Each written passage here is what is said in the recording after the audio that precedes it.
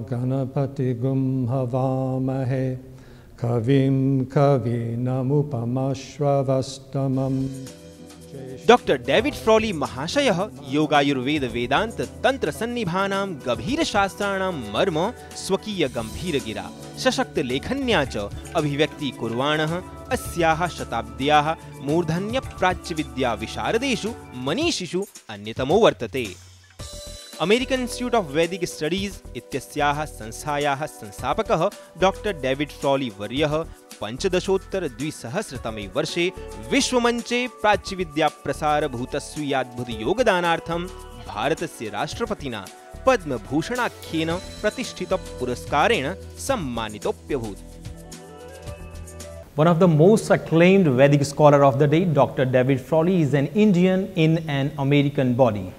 Dr. Frawley, namaskar. Namaskar. We are honored to have you on DD News. We would like to know more about your first encounter with Indian philosophy and who inspired you to explore Sanskrit scriptures. Yes.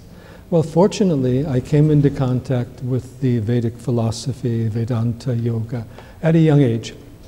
About the time I was moving towards college, examining the different philosophies of the world, those of Europe, even those of Christianity, and then the other world religions, Hinduism, Buddhism, Taoism.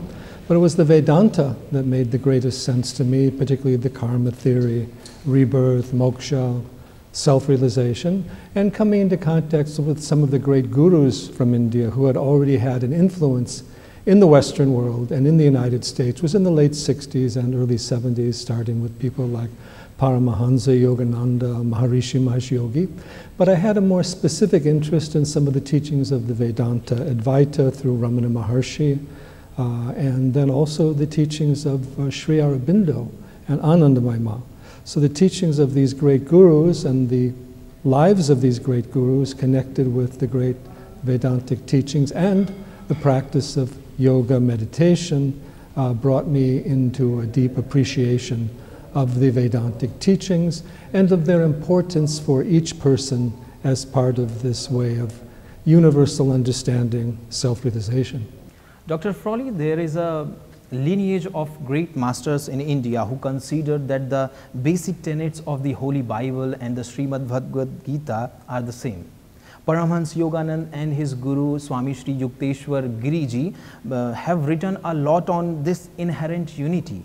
What are your views? Well, my view is that this inherent unity is only at a very deep level. I was raised as a Christian or a Catholic and I saw nothing of it. There was nothing of yoga, Vedanta, meditation, self-realization, karma, rebirth that we were taught at all. In fact, to find these teachings, you would have to go more to the mystical view and the way of the mystics rather than to the Orthodox churches and what is being taught at an outer level. So I found that to really discover these teachings at a practical level, one had to go to the Gita, Upanishads, and Vedas. One could look at certain biblical passages in an intuitive way, but they did not provide the same degree of practical instruction and living lineages and ways of self-realization, although there were certain echoes and reflections of these teachings in the scriptures, other scriptures of the world as well. Dr. Frawley, I must ask you, according to you, what is the Vedantic universal principles that holds religions together? Well, here I must also look at things a little differently. Religions are as different as any aspect of human life, whether it's law, whether it's art, whether it's medicine. We have many native traditions throughout the world, traditions of indigenous people. We also have major organized world religions. Tremendous diversity is there at many different levels. It's when we go to the level of inner experience that we find unity rather than at the level of outer names, forms, and institutions.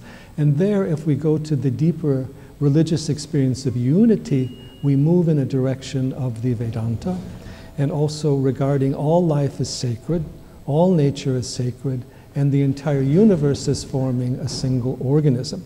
And we find these views in native traditions, philosophies, some scientists, and elsewhere, so that there is this universal knowledge behind the knowledge that we have.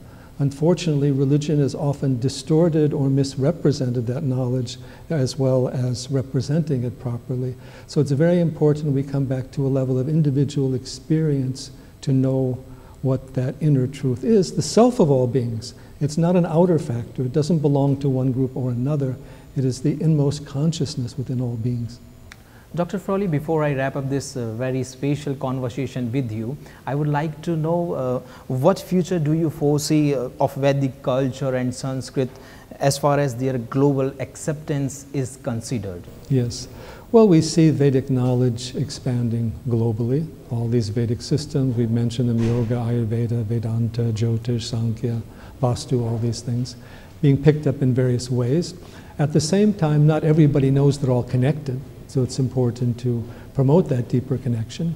And we're moving into an age of knowledge and information and knowledge-based systems. But what the Vedic knowledge offers is something more than information. Knowledge in the higher sense of the Paravidya, knowledge of Atma, knowledge of the entire universe, science of consciousness, not just simply science of outer things, science of our inner being or Purusha. So in that regard, the Vedic knowledge is at the cutting edge even of physics today. It's at the cutting edge of psychology, and it even transcends what is being taught today. So the Vedic knowledge has greater relevance today and greater global acceptance, and is undergoing a renaissance, and that needs to be given more emphasis. Often we find that the Vedic knowledge is more appreciated outside of India, and that those who appreciate it outside of India are usually among the most educated people and the most forward-looking minds. Dr. Frawley, thank you very much for your precious time and being with us on DD News.